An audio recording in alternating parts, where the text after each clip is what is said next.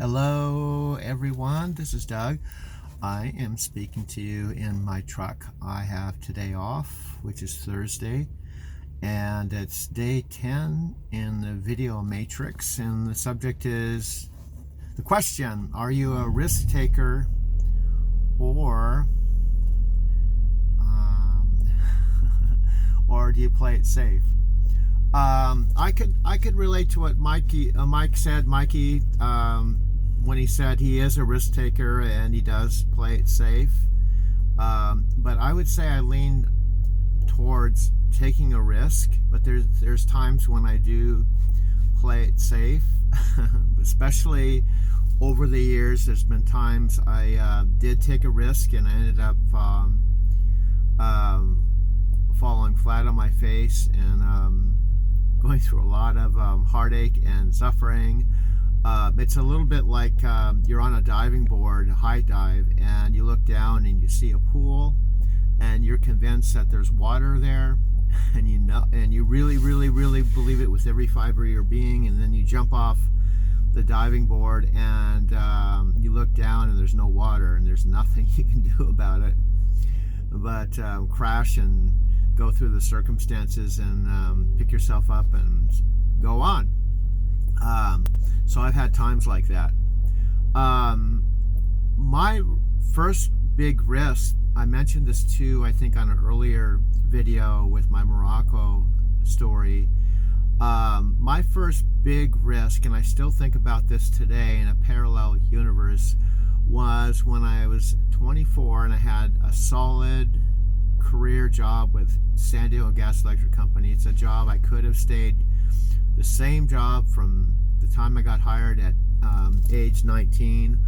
Probably had a 30-year career. I was working for the SDG&E company. The place I worked was right by the ocean. I lived just north of San Diego, and the point is, I probably would have had a decent life. Probably bought a house, got married, had kids, been a grandfather now, and been retired maybe 10 years now, if I had just taken that job and kept it. But I took the risk of leaving my job and never going back and taking another path in my life as a risk taker, going into the unknown, like going into the great mystery and not knowing exactly. Nothing was guaranteed then. And I mentioned before, that was when I sold everything I owned, took a bus across the United States, flew to Europe, spent 6 weeks in Europe, ran out of money in Morocco, and just felt like this is what I want to do the rest of my life. So I want to fast forward to the most recent risk that I've talked about a number of times, going to Japan. After not traveling internationally for over 20 years, October 2017, I went to Japan for the first time.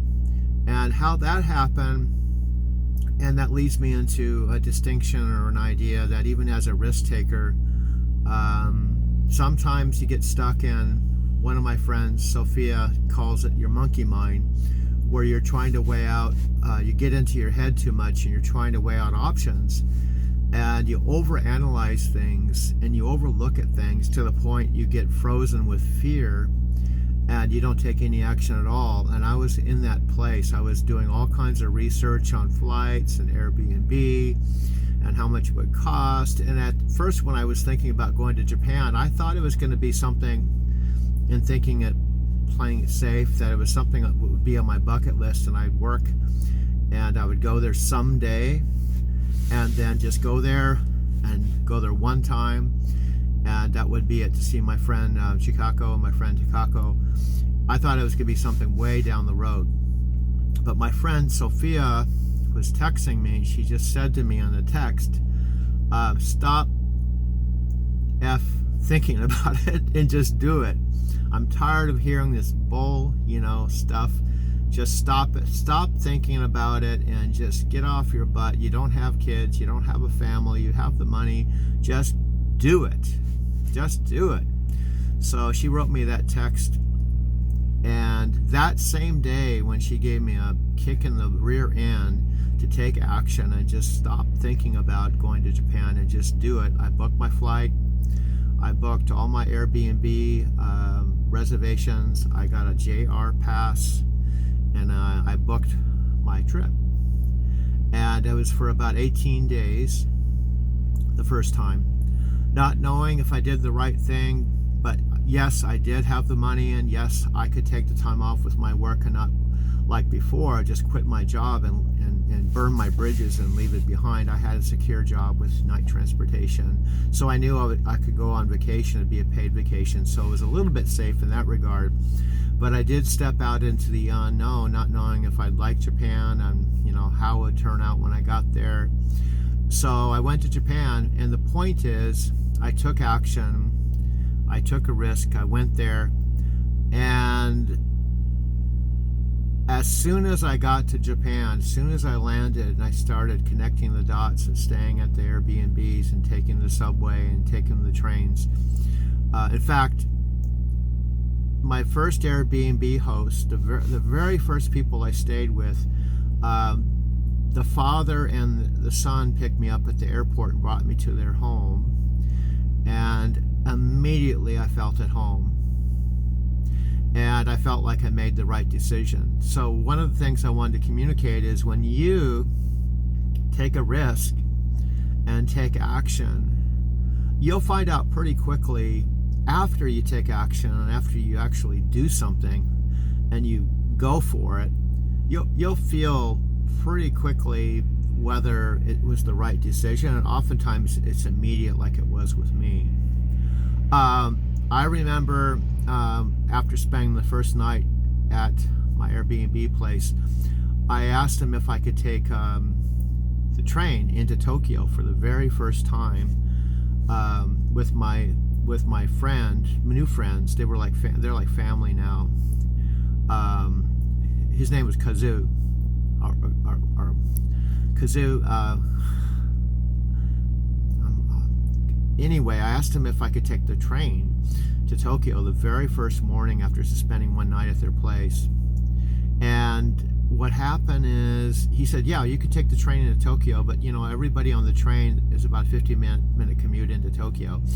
Everybody sleeps on the train, and I found out too, on the trains in Tokyo, nobody talks on their phone. It's dead silent. And he said, you'll just have to ride with me and then get out where I get out, and then you're on your own. So that's what I did. The very first full day in Tokyo, I rode with him into Tokyo. I remember getting off the train, saying goodbye to him, and then realizing I was on my own. I had to find my Airbnb.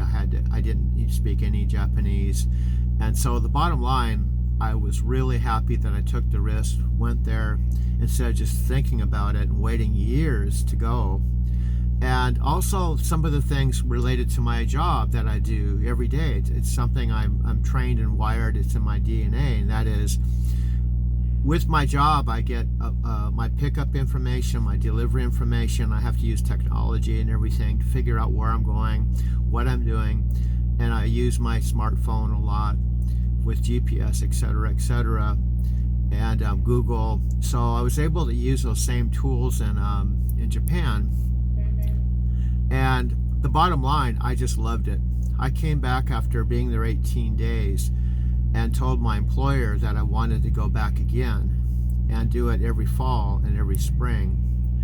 And so I went a second time. And my point with this is, once you take action, you take a risk, and you do something, oftentimes there's a whole new universe that will open up for you, that's different and bigger and better than if you had just been analyzing and thinking and putting off your decision to take action and do something. Oftentimes, if you just plunge into it, one of my mentors, Jack Canfield, said, you lean into it and go for it. What happens is, there's this idea that what happens when you take action, the universe or God or whatever you want to call it, the higher power will communicate with you and give you guidance to tell you whether you're on course or off course, on course or off course. And you just review and adjust, and you make decisions on the fly. And what will happen is ultimately everything will work out.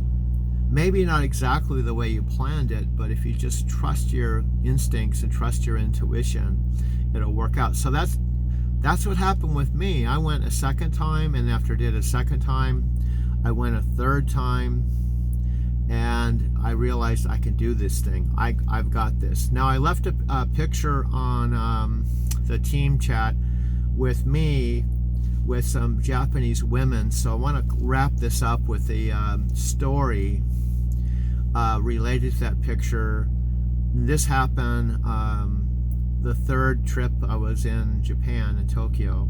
So I want to wrap up with this story because I have so many stories from Japan. I ended up spending 6 months there, and I've gone there 5 times. But this particular story, to me, illustrates how karma or destiny or whatever you want to call it often will work in your life. So this is what happened. I had gone to Japan 3 times, as I mentioned, and I was being a tourist. I'd booked the Airbnbs and rode the bullet trains, and I had this idea. I was walking around where this Tokyo Skytree is, and I thought to myself, I really want to make this more of a mystical, spiritual type of experience here. I'm in Japan with all this history and everything. And about 15 years prior to that, I had met a woman named Takako in Denver, who I met in kind of a serendipity way. And when I met her and started talking to her, she said, "Oh, I'm a Buddhist, and I chant No Myoho Renki Kyo." I never had heard of that before. I even knew what that was, or that prayer, or that chant. And she told me about that. Well, long story short, I had learned how to do that and had dove into that and studied that. And then I let it go for several years. I kind of let it go. And I had not seen Takako for about 12 or 13 or 14 years or so. And she was one of the reasons why I decided to come to Japan. She's one of my 2 friends. Well, anyway, my point is I was walking around below the Tokyo Skytree thinking, that chant I heard about 15 years ago or whatever in Denver, I'd like to maybe explore it a little more, explore that Buddhist philosophy and what I was introduced to. After all, I'm here where it originated 700 years ago. And I was thinking all of this stuff mentally, thinking, I think I should pursue that. I don't know where I'm going to find more information, or find a temple, or find somebody that can tell me more about it. And right when I was thinking that, right at that very instant, Emmy, who's in the picture, and these other ladies in the picture, they walked up to me and they said, "Are you American?" I said, "Yes." And they said, "We're Buddhist, and we chant No Myoho Renki Kyo, and we have a temple right around the corner, a few blocks from here, if you would be curious or interested to check it out." And I'd just been thinking about that. And this was the 3rd trip there, and I had not thought about that before. So I thought that was really kind of wild that happened. So I just said, okay, let's go check it out. So they walked over to the temple with me, and the temple was basically empty, and there was the head priest for the temple was there that day, and Emmy had been chanting that chant and doing the Buddhist prayer and following that particular path for about 30 years. And so we sat. She spoke perfect English. She had studied English, but she made right then and there, when I was in the temple for the very first time, she said, "Would you like to talk to the head priest? He happens to be available." So I sat with the head priest of that temple that day, and just face to face talked to him with Emmy. Emmy did all the translation, and something felt really good about that. And given that I was just thinking about checking this all out, she said, you know, would you potentially want to explore this further, or maybe join our temple? And later, Emmy told me that she had actually been in a clothing store and she was doing some shopping, and she was thinking, I would like to meet American today. I would like to meet American today. And she met me. So that first day in Tokyo, at the Tokyo Temple, right near the Tokyo Skytree, I went through a little initiation ceremony to join their temple, their church, or whatever you want to call it, and kind of not knowing exactly what was going to unfold, but I just trusted my heart and my gut and just thought, this is just wild. This is my third trip here. I'm just going to go for that. Well, long story short, Emmy and I are now really good friends, and I ultimately spent 2 weeks living in her home. And just about a week ago or 2 weeks ago, she said the temple wants to do an article on me, what it's like to be a Buddhist in America and driving a truck and trying to do the practice when you're working 70 hours a week and so on and so forth. So I'm the only American that's a member of that temple, and I have a picture of me up in Mount Fuji with 500 members there. And so the point of the story is, when you take a risk and you take action and you just go for it, you just step into the mystery, you never know what you're going to go into, but it might be a lot better and bigger and more magical than something that you imagined in your mental, just, you know, playing it safe and trying to just make all the right decisions and just do it when you think it's a good, safe time to do it. So that's the way I've been living my life for the last 30 or 40 years, is really following my heart, taking risks, and going and making life an adventure. And now I've been to Japan 5 times. I feel really at home. I have more friends there than the United States, and I've stayed at over 50 Airbnbs, and it's just completely changed my life. So that's my story. I am a risk taker. And I'll wrap up with that. Have a wonderful day, everybody. Take care.